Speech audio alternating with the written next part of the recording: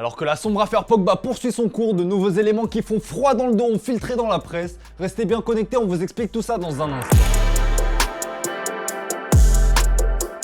Bonjour à toutes et à tous et bienvenue dans ce nouveau JT Foot Mercato. Plus les jours passent et plus on en apprend sur la sombre affaire Pogba. Et ce lundi, c'est le journal Le Monde qui publie un extrait du témoignage de Paul Pogba devant la police. Un témoignage effrayant. La soirée du 19 mars 2022 restera jamais un jour marquant de la vie de Paul Pogba. Tout semblait pourtant normal. Le milieu français a décidé de passer une soirée tranquille avec un ami d'enfance en marge d'un rassemblement de l'équipe de France à Clairefontaine. Alors qu'il s'apprêtait à regagner son hôtel parisien aux alentours de minuit, Paul Pogba est conduit par d'autres copains du quartier dans un appartement situé à Chanteloup-en-Brie, en Seine-et-Marne.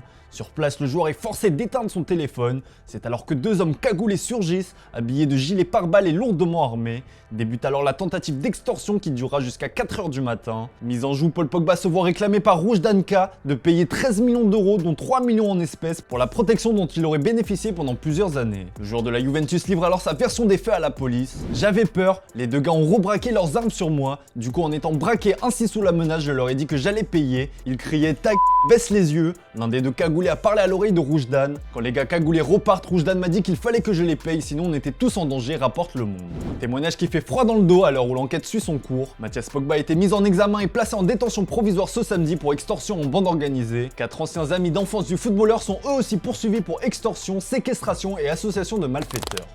Bon, on va parler de choses un peu plus joyeuses avec le terrain, enfin pas si joyeuses que ça puisque de nombreux entraîneurs européens sont sur la sellette. Et on commence avec le Bayern Munich de Julian Nagelsmann qui est en grande difficulté. Malgré un début de saison canon, le Rekordmeister traverse une période délicate en championnat avec sa première défaite de la saison face à Augsbourg ce week-end. Si le club munichois est intraitable sur la scène européenne, la dernière victoire des hommes de Julian Nagelsmann en Bundesliga remonte au 21 août dernier face au VfL Bochum. Clairement, l'avenir du tacticien de 35 ans est menacé, d'autant qu'une ombre plane au-dessus de Nagelsmann et elle porte le nom de Thomas Tuchel. Libre depuis son limogeage de Chelsea, l'Allemand a toujours été particulièrement apprécié par les dirigeants bavarois comme le rapporte Bild. Son remplaçant est donc déjà identifié. Le quotidien allemand explique que le coach munichois a jusqu'au 8 octobre, jour du choc face au rival Dortmund, pour redresser la barre. Dans le cas où Julian Nagelsmann échoue à sa mission, le Bayern Munich pourrait activer une clause secrète. Celle-ci prévoit qu'à la fin de chaque saison de son contrat, l'indemnité diminue. Mais en cas de départ en cours de saison, les deux parties pourraient librement convenir du montant. A noter que l'intéressé est lié au club bavarois jusqu'en 2024. Autre cadre européen dont l'avenir de l'entraîneur est menacé, c'est Massimiliano Allegri de la Juventus. La vieille dame peine à retrouver sa splendeur d'antan et cette année encore, la rédemption ne risque pas d'avoir lieu. Le début de saison en championnat est compliqué alors qu'en Ligue des Champions, le sort des Bianconeri pourrait être déjà scellé en cas de défaite. Forcément, dans ce genre de situation, c'est le coach qui est dans le viseur. Et bien le principal intéressé ne se dit pas inquiet et s'amuse même des rumeurs à son sujet. Je suis content qu'on reparle du limogeage d'Allegri, ça m'avait beaucoup manqué parce que ça m'amuse. Tout le monde fait des erreurs, moi le premier qui en fait certainement plus que les autres, mais en ce moment on a besoin de lucidité. Il est normal qu'on juge mon travail et celui du staff à la lumière des résultats, mais je suis confiant et serein, a-t-il lâché en conférence de presse. En Angleterre, c'est Brendan Rodgers qui est clairement sur la sellette. Lanterne rouge de Première Ligue avec 6 défaites en 7 matchs, Leicester est au bord du gouffre. Le prochain match face au promu Nottingham Forest après la trêve sera déterminant pour l'avenir du coach de 49 ans. En cas de départ, c'est le profil de Thomas Frank, entraîneur de Brentford, qui ferait l'unanimité du côté des dirigeants des Foxes selon le Télégraphe. Enfin en France, c'est Peter Bosz, l'entraîneur de l'Olympique Lyonnais qui pourrait bien se voir indiquer la porte de sortie. Déjà cet été, beaucoup d'observateurs s'étaient étonnés que l'Olympique Lyonnais le conserve. Si le début de saison des Gaunes n'est pas si mauvais d'un point de vue comptable, les améliorations dans le jeu tardent à se faire voir. Le club rhodanien pointe à la 6ème place du championnat et reste sur 3 défaites d'affilée.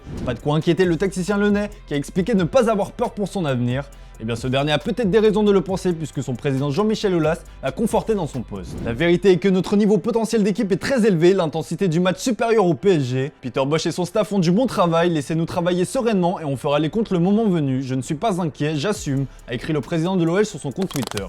Tout ça nous amène à la question du jour, est-ce que dans le football d'aujourd'hui, vous trouvez que les clubs sont trop impatients avec les entraîneurs? Comme d'habitude, on attend vos avis dans les commentaires. Dans le reste de l'actu, Kylian Mbappé a dépassé les deux monstres du football, Cristiano Ronaldo et Léo Messi. Alors non, ce n'est évidemment pas au nombre de ballons d'or, mais d'un point de vue financier. En prolongeant au Paris Saint-Germain cet été, Kylian Mbappé a négocié un véritable jackpot qui lui permet d'être le joueur le mieux payé de la planète. Le site spécialisé en finance du sport Sportico dévoile ce lundi le classement et l'attaquant français touchera pas moins de 125 millions d'euros cette année.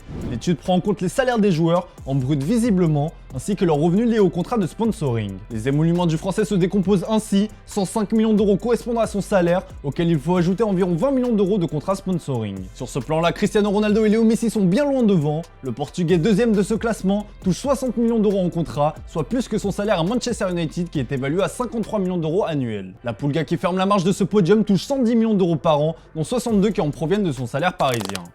Et c'est officiel, l'hécatombe continue chez les Bleus avec 2 nouveaux forfaits. Initialement présents dans la liste dévoilée par Didier Deschamps ce jeudi, Hugo Lloris le capitaine et Théo Hernandez ne pourront pas participer à ces rencontres pour blessure et sont donc remplacés à la dernière minute. Dans les buts, Mike Maignan devrait donc partir titulaire et le Nantais Alban Lafont va connaître sa première convocation. Déjà présent dans le groupe en juin dernier, Lucas Digne remplace de son côté Théo Hernandez. Ce sera donc une équipe de France très diminuée pour ce rassemblement de septembre. Libre de tout contrat depuis la fin de son aventure au Borussia Dortmund, le défenseur français Dan Axel Zagadou va finalement retrouver la Bundesliga. Comme nous vous l'avions expliqué hier, il s'est engagé pour 4 ans avec Stuttgart. Allez, comme d'hab les amis, on se quitte avec l'image du jour et un enfant a échappé à la sécurité pour réaliser son rêve et sauter dans les bras de Cristiano Ronaldo. Le Portugais a échangé un moment complice avec cet enfant qui n'a évidemment pas pu retenir ses larmes. Voilà, c'est tout pour aujourd'hui, merci pour votre fidélité, bonne soirée à vous. On se retrouve dès demain pour un nouveau JT Foot Mercato.